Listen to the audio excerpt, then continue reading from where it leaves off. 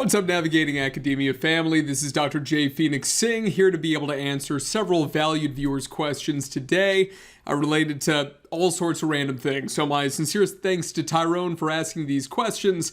This was on a particular video where I asked you to tell me a little bit about yourself. And so it was a lot of fun for me. So thank you, Tyrone. It was great to be able to hear about the great work that you're doing. Especially exciting to be able to hear about your game plan kind of moving forward in terms of the ability to take advantage of there just not being a lot of social science work being done where you are, mate. I think it's fantastic. I think it's great. So, okay, guys, make sure to smash the like button. Do me a favor. It takes you 3 seconds or whatever. Helps me out a ton. Helps the channel. So, help a brother out here. Okay, let's go ahead and get into it. So Tyrone asked me 3 questions, so let's get into it. First one is, what age did you become a professor? So I was the youngest tenured full professor in the country of Norway, so I got my tenured full professorship at the age of 27.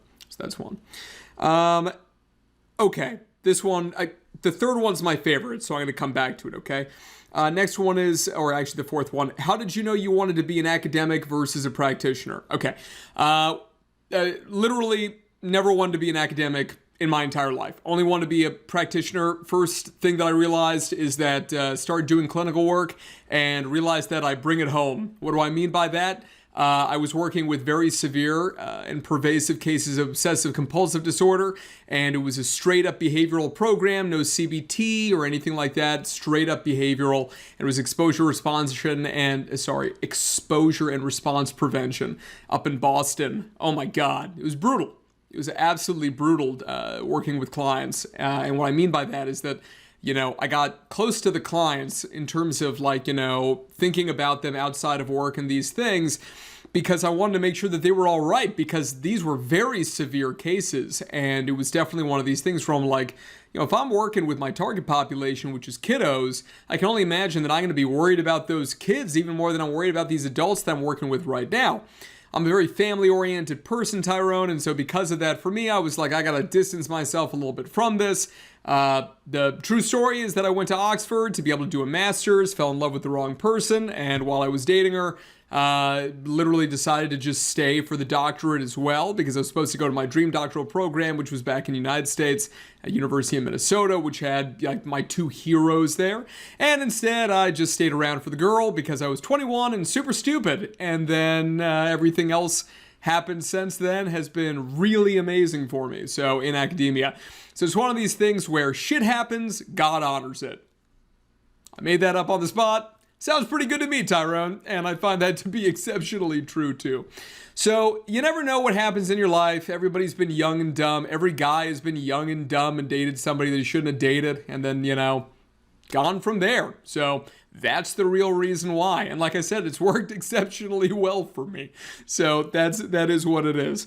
Okay, how did you choose violence risk assessment as your research interest? Totally fell into it. Why? Because I'm not kidding, Tyrone, maybe 2 to 3 weeks into my doctorate, a publication came out which did the exact study that I was supposed to do. I'm not kidding. The exact study that I was supposed to do for my doctoral project. And so then we decided to do something else, right? And I'll never forget going up and doing ethics approval on it, and the ethics got rejected. And they got rejected because I was too vulnerable of a population, because I want to work with children and adolescents who are incarcerated in Scotland. Oh man, so bad. So bad. So that got rejected. Then I'm like, what the heck do I do now? And I had a doctoral supervisor, and he said, do you know anything about violence risk assessment tools? And literally, I had somebody when I was doing a clinical internship as an undergrad mention one of them to me. And I was like, oh yeah, I've heard of them before. I could totally do something on those. And of course, I couldn't because I didn't know anything about it. And then literally just spent the next several years, busting my butt, learning everything about risk assessment tools. And that launched my career in that area. And I found that what got me really excited was that there was a 2001 article which had been published in this journal called The American Psychologist. And it really made it clear, because that's, the time that I was in grad school. I started grad school and I was in 2008, so it was 20. And so it's one of these situations where, 21, one of these situations where when I read that article, I realized this is so cool. Here's a field where the people who really I looked up to were still alive. It wasn't something, because in developmental psych, I was a big, Vygotsky fan. I was a big Piaget fan. They're dead. Phenomenal, but dead. And in forensic psych, not the case. A lot of folks are still alive, and I thought that was super chill. And the fact that you could work with them, and I've had the pleasure of working with most of my heroes in the field. So I think that's really cool. And so that's why not only did I fall into it, but then I got really passionate about it. So there you go. Final one, which is my favorite question of Tyrone's, is how did you get the respect of your peers at the beginning of your academic career? Tyrone, that's a great question. And I'll tell you, mate, that I think that there's two ways to do it. And I was thinking about this before I made this video for you, Tyrone, to be able to figure out how to be able to explain it.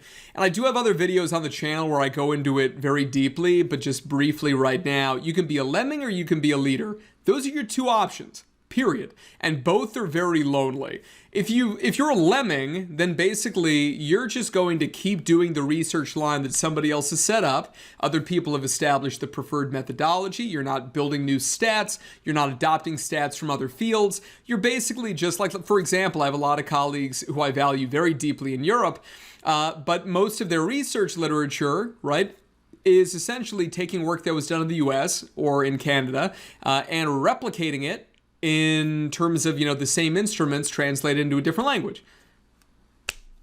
Does that have some value? It does, right? But is it a thought leadership thing? Maybe locally, because you can become known as like the person in such and such a country who does that kind of work. But you're not really being a thought leader beyond that, right? You're not getting down to the fundamentals. Like for me, the fundamentals of science is stats. Like that's what it is to me. So if you can do things methodologically different and statistically different, that to me is the core of everything, right? And if you can evaluate studies properly by taking a look at kind of these core elements statistically, that to me is the most exciting thing, right? Most people don't think like that. Why? Because most people have someone teach them stats. Nobody ever taught me stats. I teach myself.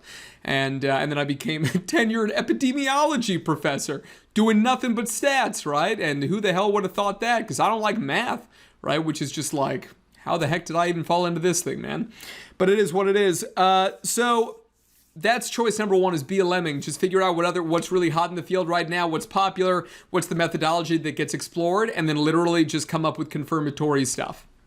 In terms of like what they're doing, use same methodology, try to cross-validate, try to replicate, and these sorts of things, and just follow along with the research lines already established. Why does that work? Because the respect that you get is essentially from the people who are the thought leaders in that area, who are usually the bigger name people, and they say, hey, this guy isn't a threat. And so because of that, he can be in our little group because I know that he'll probably be loyal and won't do anything against me. So because of that, he's not a threat. And if he's not a threat, then that means that essentially I can take advantage of him, or if nothing else, benefit from him. And so because of that, let's go ahead and put them into this little coterie over here, my little group, my in-group. Okay, and that makes logical sense. That makes evolutionary sense.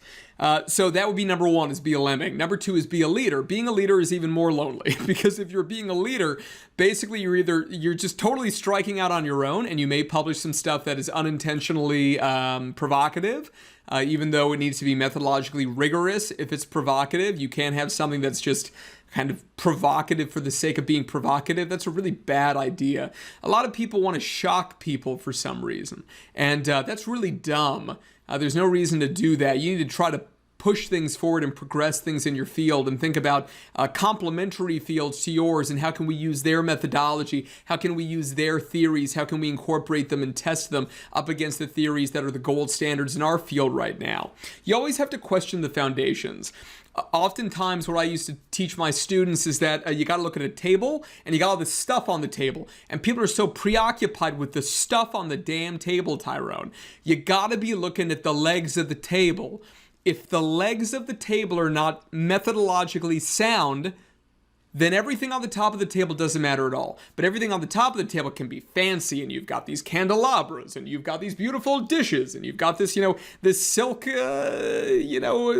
that covers it, and all this crap, right? But in reality, it doesn't matter how beautiful it is if underlying all of it is stuff that is being done ineffectively. And this is something that in my field of violence risk assessment, that's the most provocative stuff that I've done, is basically fundamentally question the stats that are being utilized in the field.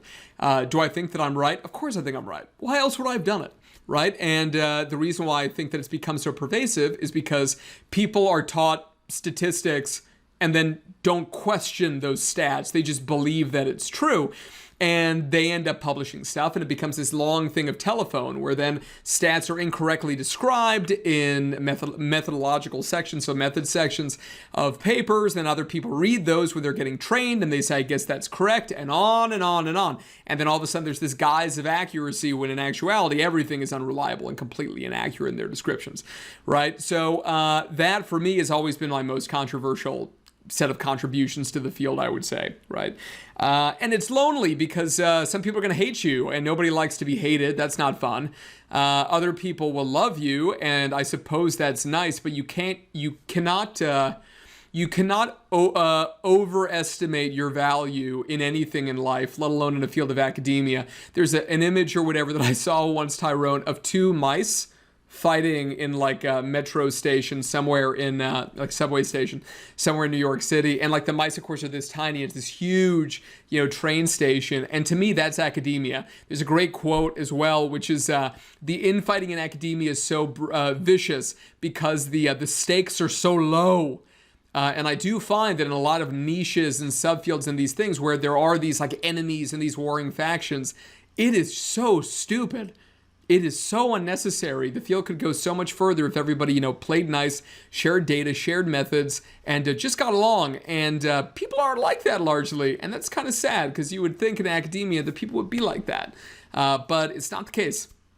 I suppose there are some tiny little niches. I've never heard of one, but I'm sure that they exist out there where people do play nicely and all these sorts of things. But human nature has a habit of seeping into things, eh? So, okay, Tyrone, those are my answers, man, to your questions. Thank you so much for asking them. I hope that they were illuminating in some way, shape, or form. All right, everybody, hit that like button. Appreciate you. Subscribe to the channel. Watch the other videos. Lots of love.